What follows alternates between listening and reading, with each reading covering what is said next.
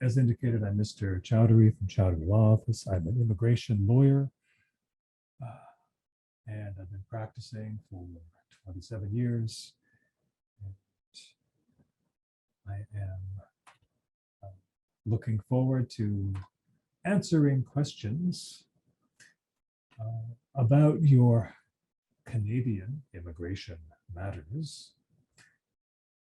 And as you may have seen from the Facebook promotion for this, there's been a great deal of sort of the scope of this could deal with anything from processing applications to the other aspect, which is people who have difficulties in staying in Canada due to, for example, enforcement action taken against them, for example.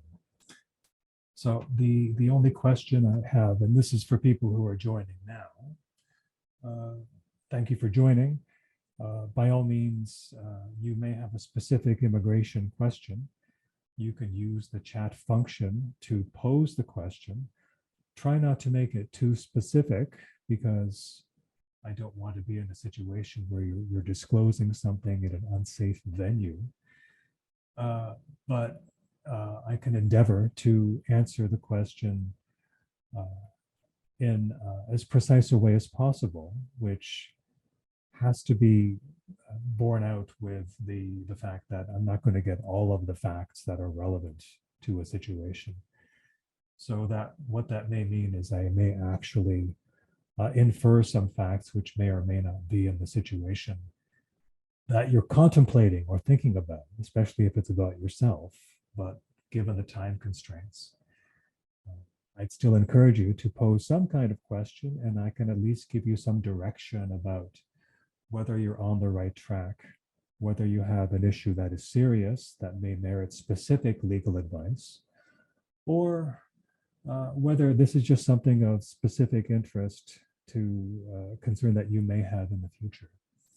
So what I see thus far is there's sort of a general question about one tribunal that the Immigration Department has, which is from Aliyah Seba Draftar. I hope I more or less pronounced that correctly. And that is the IAD. So the IAD is the short form for the Immigration Appeal Division. And just for people who may not know what that is exactly, that is an administrative tribunal under the Immigration Refugee Protection Act, and it is dealing with situations such as permanent residents who are losing their status, or it is dealing with spousal sponsorships, or people who are coming to Canada, mainly spousal sponsorships, dependent children and parents. And it is the venue for when you have been refused from a visa office, or if you are a permanent resident, it is the venue to appeal when you are a permanent resident who's been issued a departure order or an exclusion order. So it is basically kind of like a courtroom setting. So I can discuss it briefly because I think there may be many other questions. But for example, what I mean by courtroom setting is that you have a lawyer, or in theory, you could be self-represented. The lawyer asks you, the appellant, the person who has, for example, been refused their spouse's visa for permanent residence overseas. You're the sponsor, you have a right of appeal. Your lawyer asks you questions. The questions are tailored to whatever the reason for the refusal was. Oftentimes, in the case of a sponsored spouse, the reason for refusal is the non-genuineness of the relationship. So the lawyer would ask you questions about the development of the relationship, leading to the substantive decision to get married, and then proof of the other indicia or evidence of being in a genuine relationship.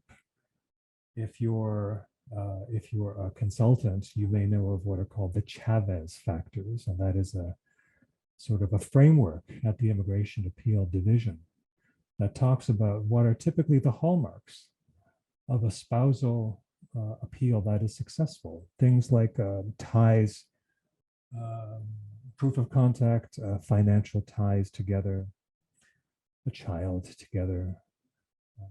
Do peers and friends and family know about the relationship? To a lesser extent, depending on the case, the marriage history, these sorts of things. So that is a court-like setting. So that kind of evidence comes out by your lawyer asking you questions about the relationship, about your assets. Do you have insurance together? Do you have a will, etc.? But because it is a court-like setting, there's an opposing counsel. An opposing counsel would cross-examine you to look for what may be reasonably expected to be in the evidence, such as proof of contact. They ask you why there is or is not proof of contact. Look for contradictions to what you have said in oral testimony to test the veracity of your evidence. Thereafter, after the evidence, which is oral testimony and documentation, has been properly filed with the court, both parties, through their lawyers, make oral representations, highlighting the positive and trying to put context to the negative, euphemistically speaking. And thereafter, a member or a judge, colloquially speaking, of the IAD makes a decision, usually within 60 days of the decision being rendered. So that's sort of a general guideline about IAD matters. And I could come back to that if there's a dearth of questions in the chat, but I'll try to sort of proceed with whatever I see here in the chat. And try to give some modification or fill in the gaps. So I'm going to read the other question out loud in the chat, as you may see, just to get a sort of mental, wrap my head around this. So that is as follows: as a refugee claimant that entered the country at the beginning of this year, I only received an acknowledgement document, and I'm going to have an interview with immigration by the end of the year. I would like to know if it is still possible to receive a written decision of approval after that interview, or are hearings the only option available now? Thank you for the information.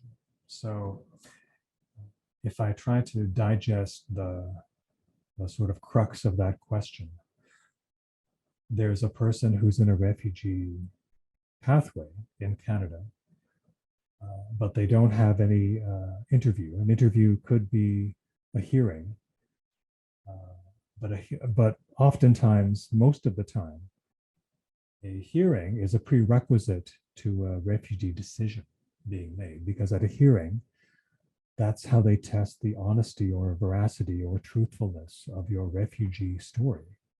They test your credibility by looking at you face to face, these days in a camera setting, most of the time.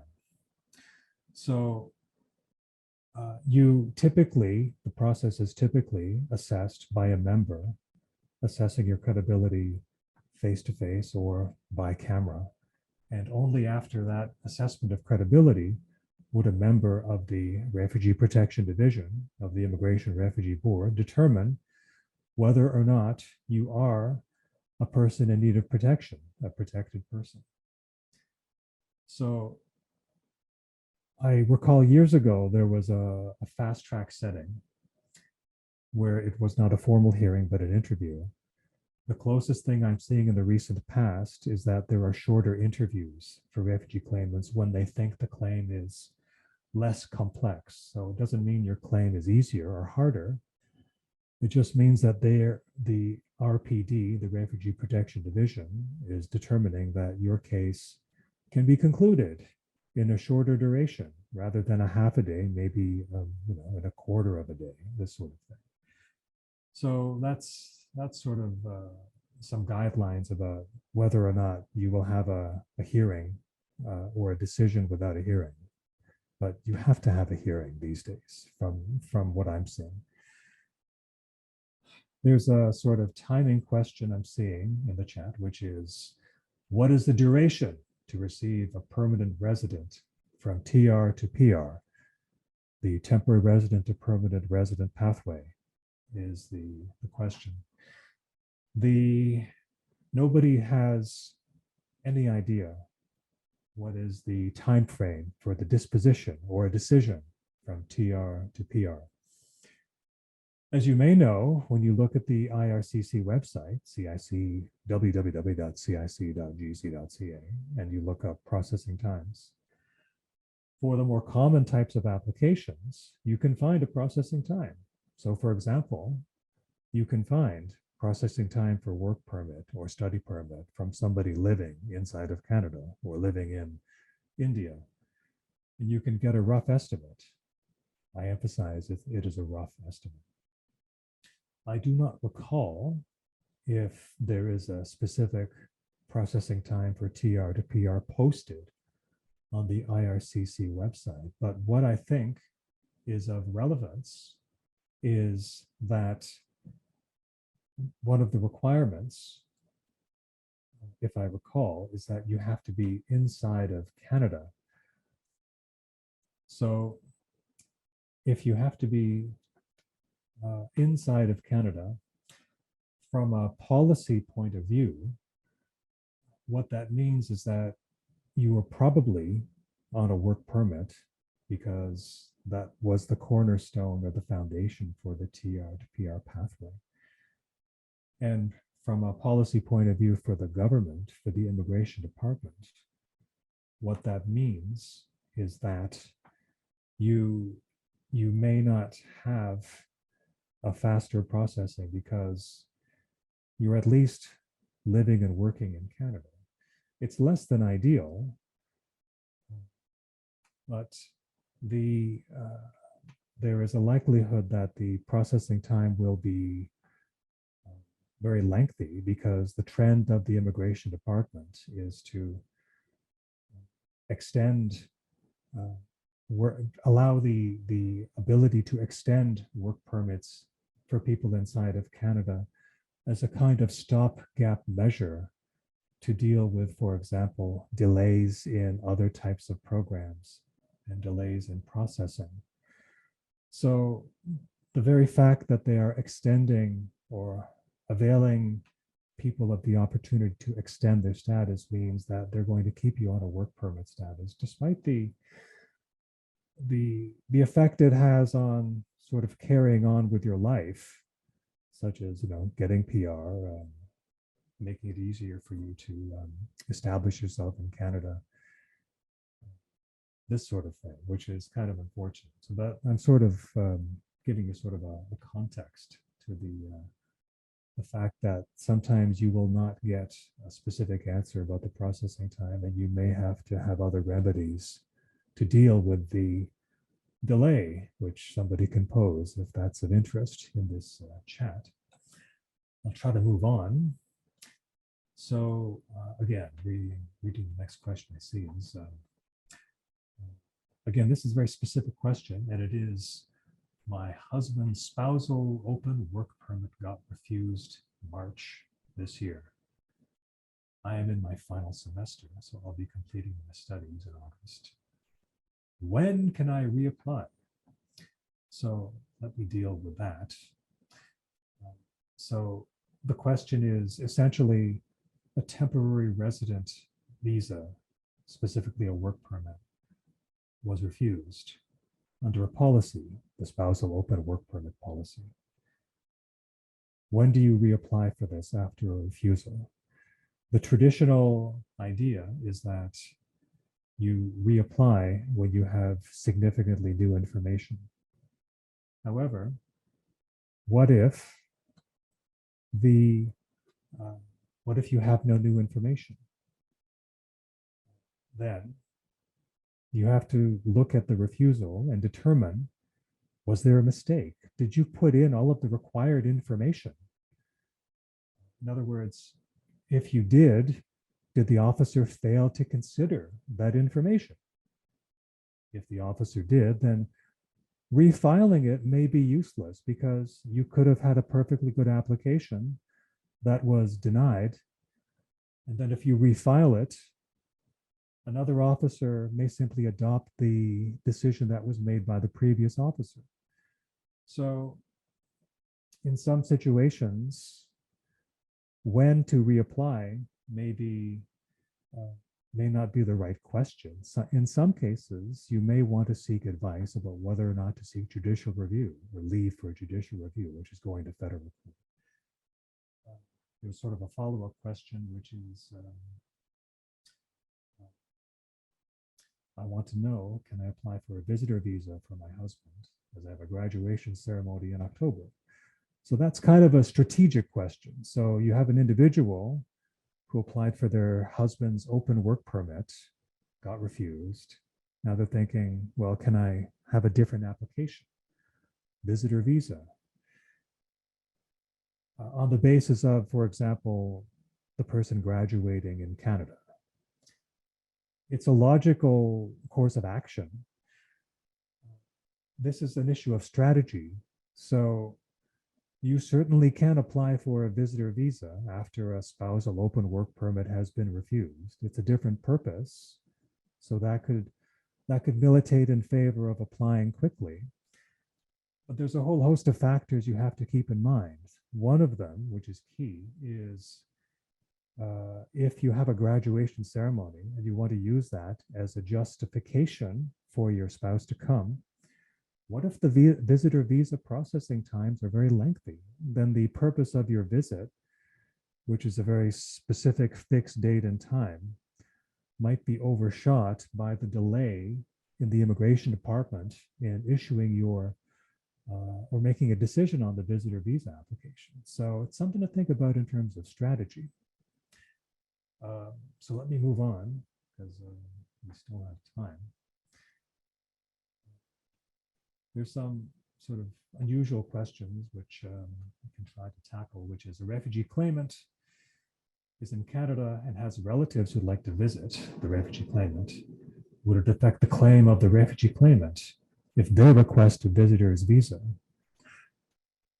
I think the way I would contemplate that is if there's a visa officer who sees somebody trying to visit Canada and notices that they have a relative making a refugee claim in Canada, it may give pause to the visa officer to determine what is the real purpose of the visit to Canada. So it could be a bit of a challenge to the success of the visitor visa application if it's discovered that a relative already in Canada has made a visitor visa application. So let me move on again. I want to see if there's something, I want to make a distinction if there's any processing time questions. Some of those may not be of much value if I can't give any specific pointers about that. There's one related to processing time of a successful refugee. And after you become a successful refugee or protected person, but you apply for permanent residency. And the question is, how long does it take for a protected person to get the PR after being determined to be a refugee? So the issue with that is sometimes there is admissibility issues. So admissibility means there are certain provisions like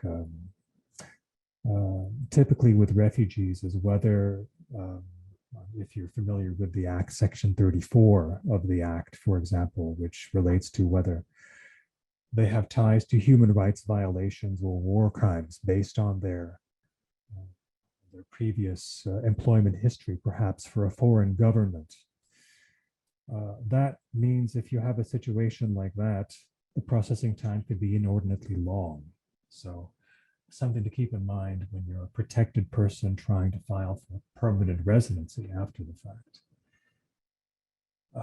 There's a general question which I'd like to deal with is, which is, how can someone be eligible for, I believe, a humanitarian? I just want to make sure I got the muted everybody in case that might have an effect on the sound, right, for this. So, okay, so there was a very open-ended question in the chat, which I think is, which I'm going to rephrase as, what is the criteria for a humanitarian compassionate application? Just going to try to mute everything right, here.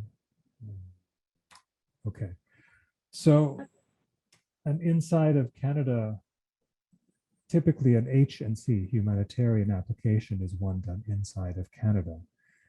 Keep in mind, an H&C is sort of a catch-all kind of category for people who don't fit any other category. But that does not mean that it's an open-ended program. You have to have a very specific kind of circumstance to be successful. And that anecdotally, what that means, or traditionally, what is a strong indicator for success for a humanitarian case is whether or not there is a serious life or death situation for you, or a loved one who's Canadian, if you have to leave Canada. Another traditional ingredient for success is whether the best interest of a child would be affected by your ability to remain in Canada.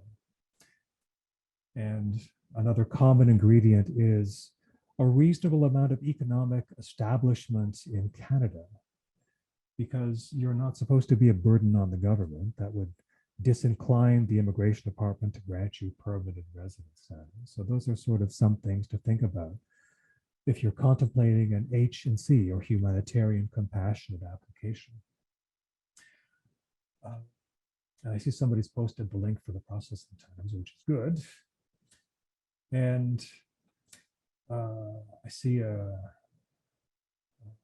specific timing question. I'll try to read it out loud and see if it's something I can deal with in a meaningful way. If not, I'm not going to answer the question, but it is as follows. Looks like I'm doing a one-year program. I was a part-time student in the last semester of the first program. Will this affect my PGWP, since there is a part-time semester between the studies? So the PGWP is the post-graduation work permit. There is a foundation of requirements for the post-graduation work permit. That is that you have to have been validly studying during the course of your possession of a study permit in Canada. Under a policy, there is some leeway. I mean, aside from the traditional period of non-studies, because people are studying and have a summer break, for example. But there's sort of a gap you're allowed to have under 150 days under the policy that IRCC has. If the gap is over 150 days, and this is detected when you're applying for the post-graduation work permit, your post-graduation work permit may be in jeopardy because you may not have been validly enrolled as a student, despite possessing a study permit in Canada. So it's something to keep in mind,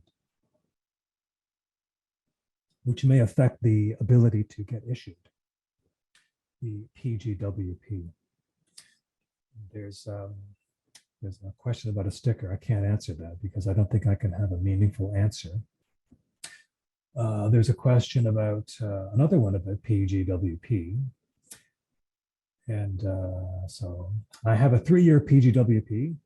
Me and my family want to live in Ontario. I received, I think it says, a manager work offer in the US.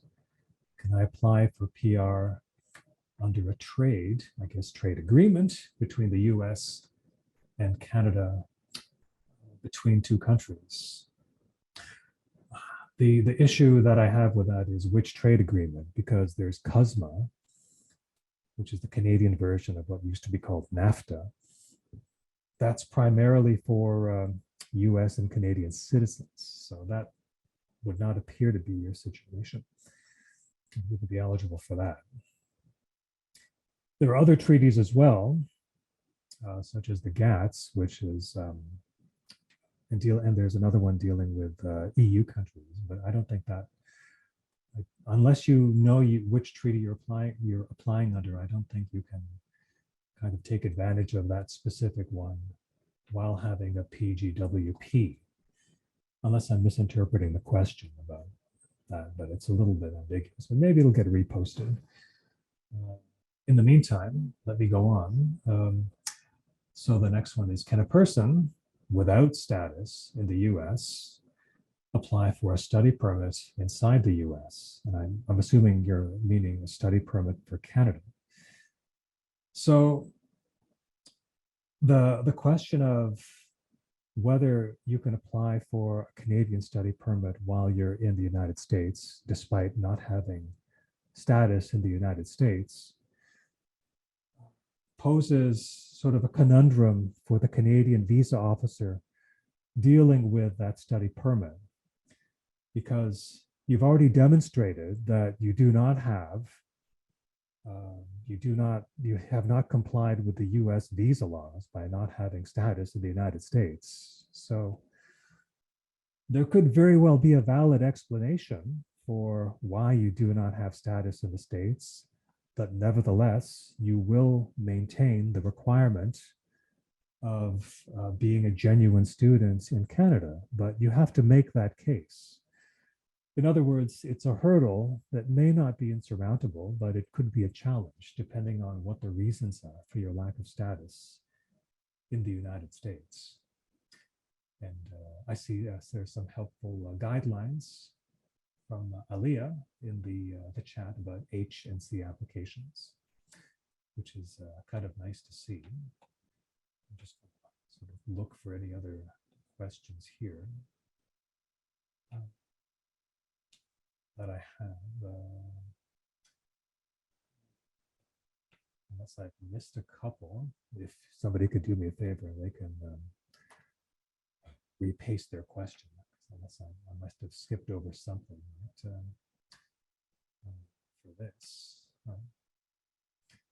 And let me see. I'm just scrolling through if I missed anything. As far as the questions being posed. Oh, I see something here.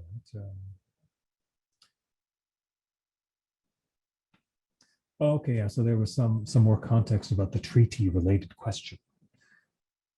So there was some additional information applying for permanent residence under the related agreement, which I mentioned.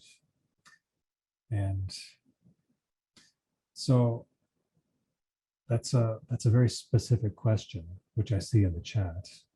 So there's an interplay between having a PGWP and applying under the trade agreement, and the person looks like they are eligible because they're on they're a citizen of one of the country members, Mexico. So the permanent resident regime for the treaty that you're speaking of, it really depends on whether you meet the requirements for that. It could be that, again, I don't know which, there's subcategories within the treaty dealing with temporary workers and permanent residents as well.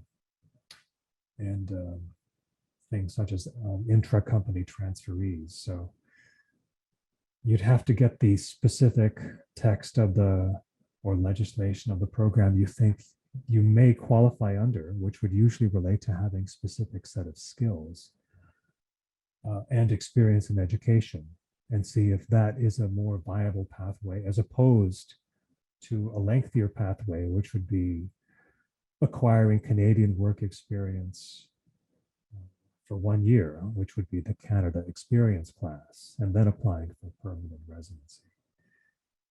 So that's, I think, as specific as I can be in the circumstances. In the meantime, we still have some time, and if there's any other question, please feel free to pose that, and I endeavor to answer that question.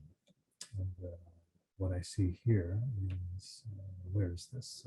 Okay, I see some question being posed, which is as follows. My partner, who is currently in my home country and who is a single mother with a son, and myself, who is a permanent resident of Canada, plan on living in Canada. I've known the partner for 10 years. Relationship is about 2 years old. Her divorce will be finalized soon. With full custody of her son, how would you go about having her and her son come to Canada? I think that is the question. So if we go from the general to the specific, then the idea is there is the spousal sponsorship program. Again, that touches upon some of the indicia of what is a genuine relationship, which I talked about earlier in this webinar.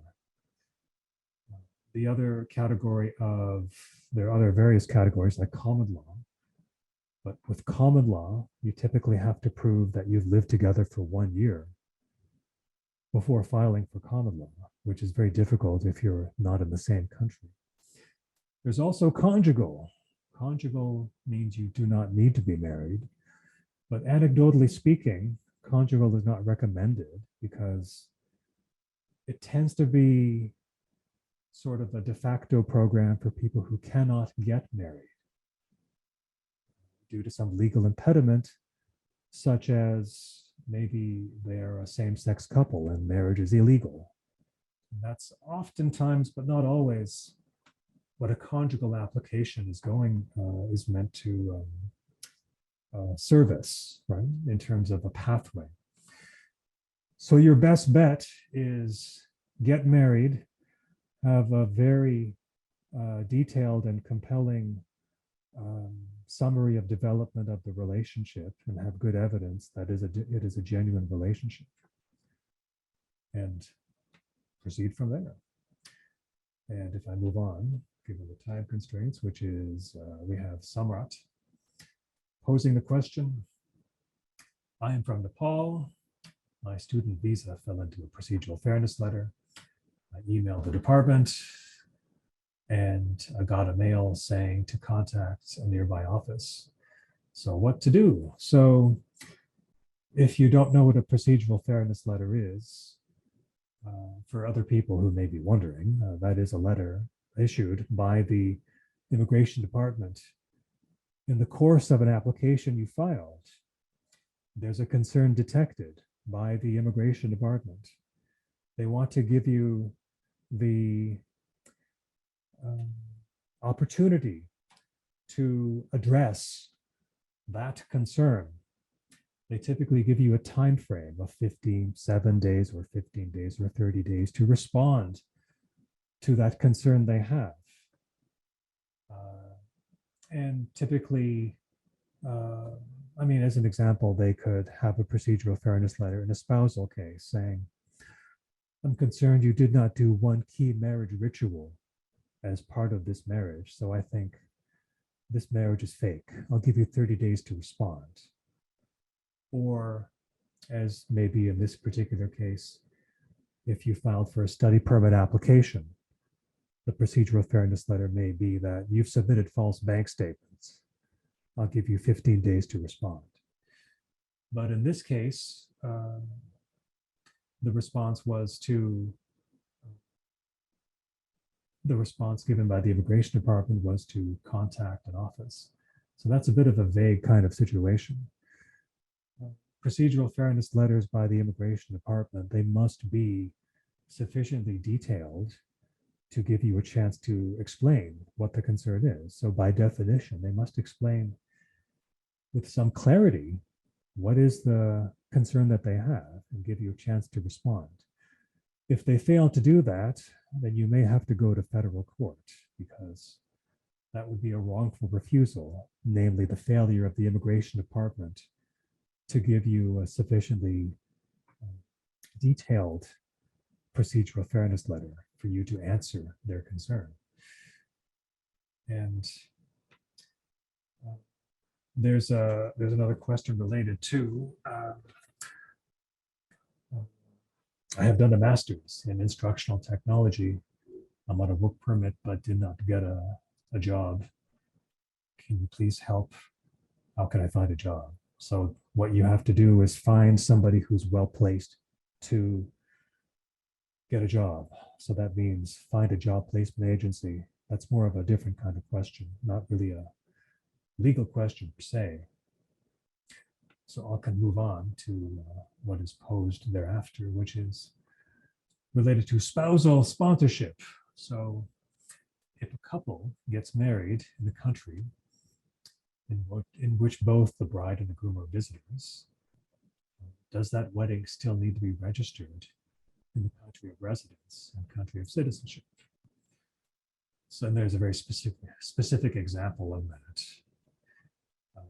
So the short answer is if you're going to get married and use that marriage to form the basis for a spousal sponsorship in Canada, the main requirement is that the marriage must be conducted in accordance with the laws of wherever you got married. So that could very well be a country in which you both are not citizens. So it could be a destination wedding. However, there are other questions as well, or other issues, such as to make sure that this may or may not be relevant, but you can't have like a video wedding. Like you both have to be physically present in the country in which the wedding is taking place, and it has to be in accordance with the laws of that country. So that's sort of a express way to answer that question. And so there is a question which is tied into an earlier question, which I can't answer because it's a bit vague. The question is is it viable if I withdraw my student application? If we have time, just repose that question in the chat down the line then. And I see like a response from somebody, which is good. To that question that was just answered. There's another specific one here, which is I've done my master's in IT in India, and I'm on a one-year study permit, and my course will end August 2022, and my study permit will expire. My study permit will expire in November of 2022, and I have 6 years of IT experience in India. So this is getting a bit complicated. So can I apply for a one-year PGWP after this course and then get my PR? Or should I study the second year for one course to get a 3-year PGWP? So I have to sort of curtail that question and just try to look at it from the point of view of what is the overarching framework for durations of PGWP. So that overarching framework is that if you have a course of study completed in Canada and the duration of that course of study is 2 years or more, and it was obtained at a publicly funded post-secondary institution, then you can apply for a 3-year work permit. So I may not be answering the question directly, but for example, if you study at one publicly funded institution for 1 year, and then you transfer credits to a new course at another publicly funded institution for another year, That would be 2 years of study. And if you graduate in that equivalent of 2 years of study in Canada, you can apply for a 3-year PGWP. And let's see, so the other question, that's a continuation of a PFL, Procedure of Fairness Letter question, which is, I responded to the PFL, but I haven't heard from them yet. I emailed IRCC, and they told me to contact a nearby office. The procedural fairness letter was about me not addressing a visa interview, which got rejected. I think if I read that question correctly, what may have happened is you try to follow up on the outcome of procedural fairness letter, and you may have gotten a generic response. You may not have gotten a substantive response. You got a generic response, which said contact a nearby office. So if I'm correct, then all you can do is keep contacting the immigration office till they issue the result of the application that you were seeking. And another question I see is any advice when you sponsor a spousal sponsorship to come to Canada and then the marriage fails? I'm just going to reread that because it takes the time to digest it if the sort of grammar and syntax isn't super clear. So if I rephrase the question to what I think it is when you file a spousal sponsorship and come to Canada and the marriage is unsuccessful, and I'm going to read into the question, I'm going to add a fact, like what if the marriage fails shortly after landing in Canada? So this is an issue oftentimes related to a disgruntled sponsor who may have sponsored a spouse to come to Canada, and then the marriage is unsuccessful quickly after the person who is being sponsored as a spouse lands in Canada. Most of the time, there's very little you can do. And as you may know, you're obligated to ensure that the person you sponsored as a spouse does not take social assistance for 3 years. So if you do sponsor a spouse and they separate from you shortly after landing and take social assistance for 3 years, you have to pay that back, especially if you want to sponsor somebody else in the future. I hope that answered the question for that. And if there's maybe a related question to that, let me know. And I'm just looking at just quickly, I think I may have missed admitting somebody in the room here. Right? So again, I see, unless I missed something, I think I'm sort of up to speed on the questions for the people that have posed them thus far, that somebody entered recently. So if that person has a question who recently entered the chat, then please let me know. Otherwise, well, I'm looking forward to seeing any other related question to something that may have been posed before, in the absence of any new question that I'm seeing in the chat.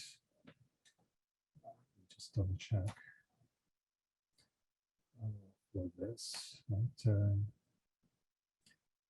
And just as a courtesy, can just give our office phone number here. That's a question I can answer. I'm sending a message to everybody. So I've given my phone number and I've typed it, and the number I'm saying is our office number, 416-447-6118. My extension is 228, but as you may imagine, it's best if you leave me a message and I can try to get back to you. May not get back to you quickly, but I would try to get back to you if you leave a message for something specific that you may need down the road, such as actual advice. I always like to make a distinction that this is general guidance, and you cannot construe this as advice because in this venue, we don't get all of the relevant information, and we cannot give substantive advice because we need all of the facts before we can give advice, right? For this, really, for any kind of matter, the most simple matter, even like extending a visitor record, which is the most simplest thing I could think of, all the way to, you know, an enforcement matter where you're getting deported. There are so many factors that we want to make sure we understand.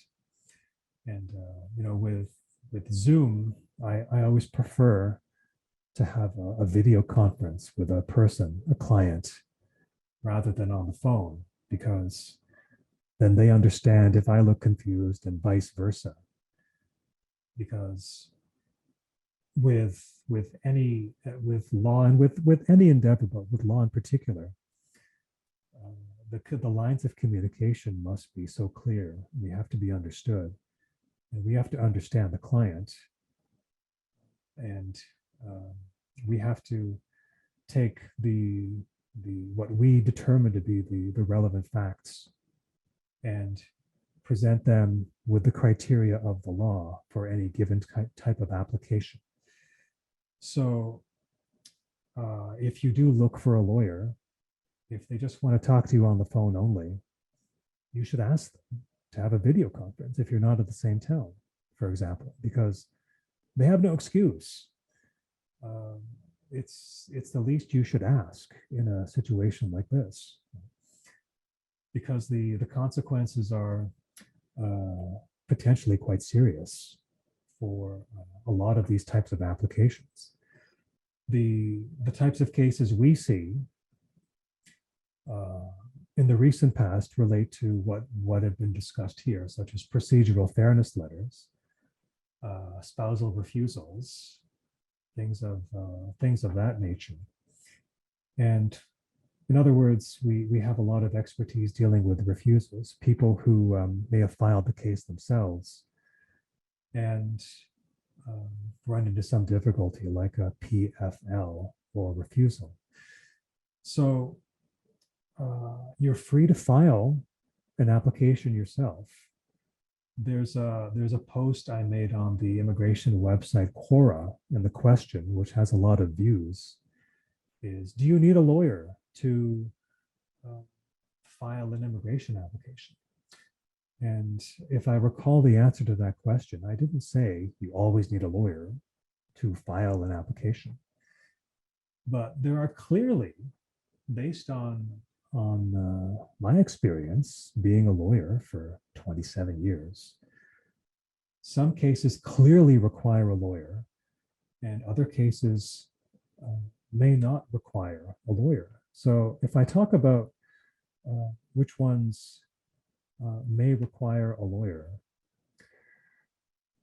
one thing to keep in mind is complexity. So then you're thinking, what is complexity?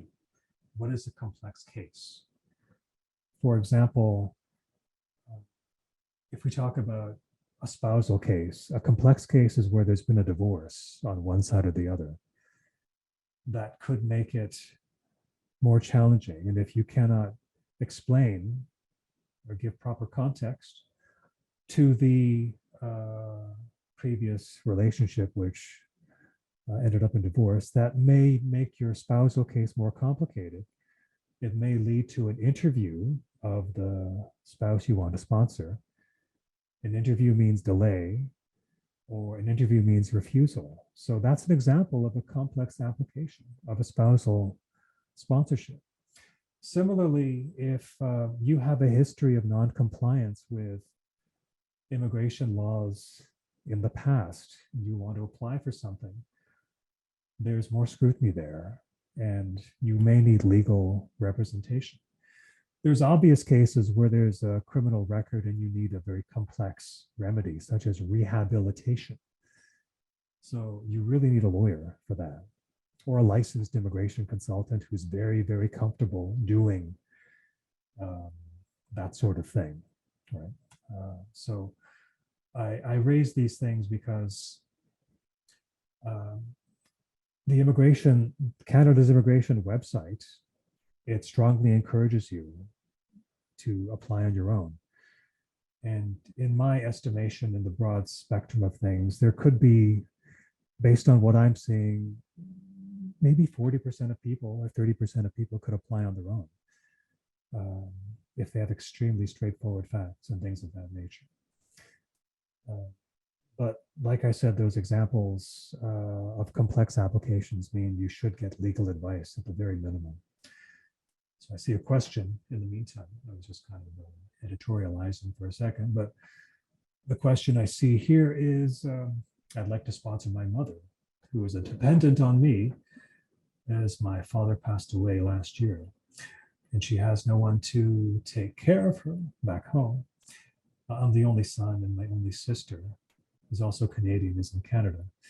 So what's the fastest way? So the issue with bringing a parent to Canada as a permanent resident is that the program is paused, and I'm discouraged about the Canadian Immigration Department's view about sponsoring parents, because if you've read the news recently, they've expanded the super visa program to a duration of 5 years.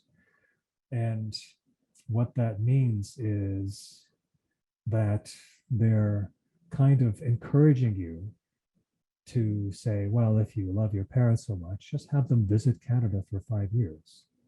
But what that means is that you must secure the health insurance privately for them, and you must have a certain minimum income threshold. And then they're effectively saying that even if your mother is the only person back home, she can visit here and she can be in Canada with you. And they are silent on the permanent resident program, at least as of today, almost the end of June 2022. So the only guidance I can say is make sure you have the requisite income and private insurance, and do the super visa application. And that way, the fact that she has no relatives back in her home country can be remedied by a successful super visa application. If I go on to the next question, which is, I'm on a closed work permit on a deputation, and my spouse is on an open work permit. My project is ending, and I need to go back to India. Can my spouse continue to work in Canada? So in a situation where one person, husband and wife, let's say, husband gets a work permit on a closed work permit, and then based on that, the wife gets a spousal open work permit because they're allowed to be in Canada. The wife can work in Canada after it's issued. But the basis for that work permit, which was the husband's closed work permit, is stopped. In this situation, the wife can still work, even if the husband's work permit, he's not working on his work permit, he has to go back. The specific legal rationale is something we looked up.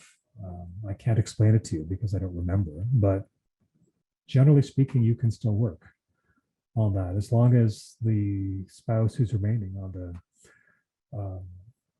the spousal open work permit complies with the immigration laws of Canada. And I notice somebody else has joined the chat. So the whole purpose of this is to try to answer questions. And so if anybody has recently joined, they can pose a question in the chat, and I can try to endeavor to answer that in the time we have remaining here. And I don't see anything here. So, but we still have 5 minutes nevertheless. So let me just see if there's anybody else in the chat. this. And let me see. So let me see if I see a question here. Okay, so from Nishi, we see I'm on a PGWP and working on a NOCB job since 2020.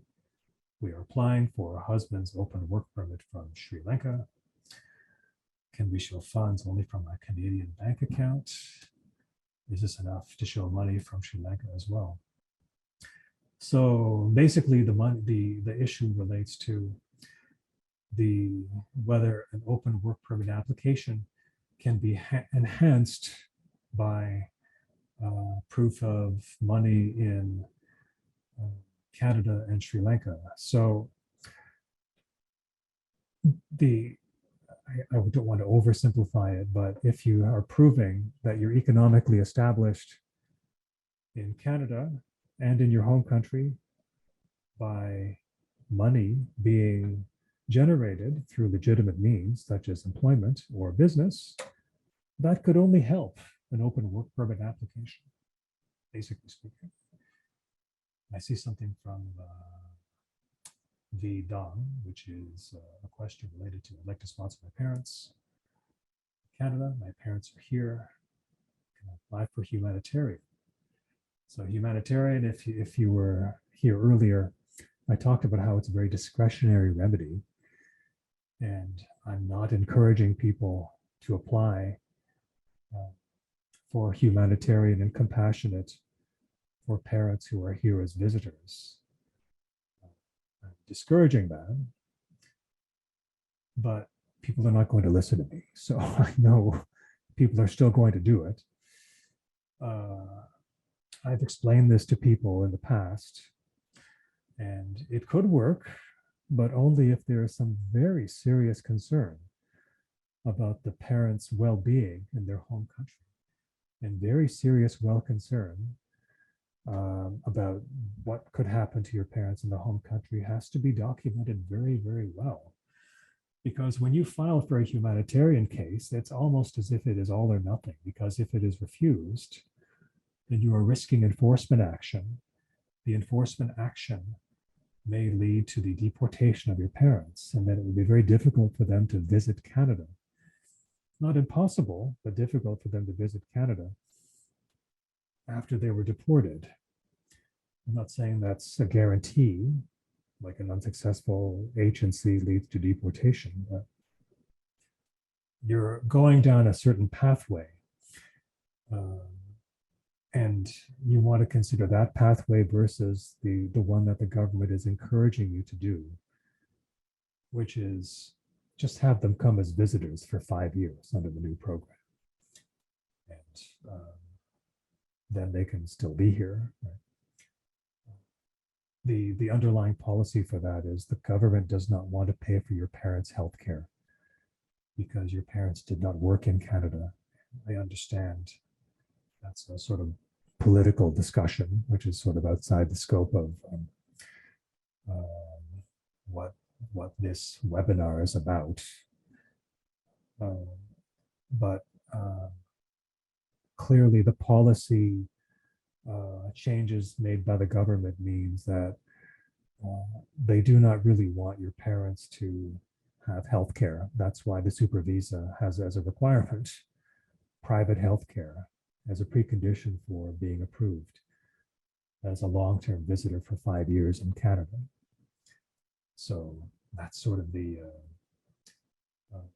caveat to whether you should apply for a humanitarian. Again, I'm not discouraging it completely, but I'm discouraging it oftentimes because certain country conditions may militate in favor of applying for humanitarian relief for a parent who's on a visitor visa, but in very narrow circumstances.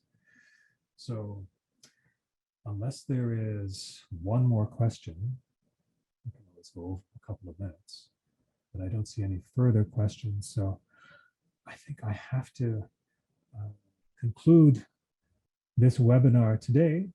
Thank you very much for booking and registering for the webinar.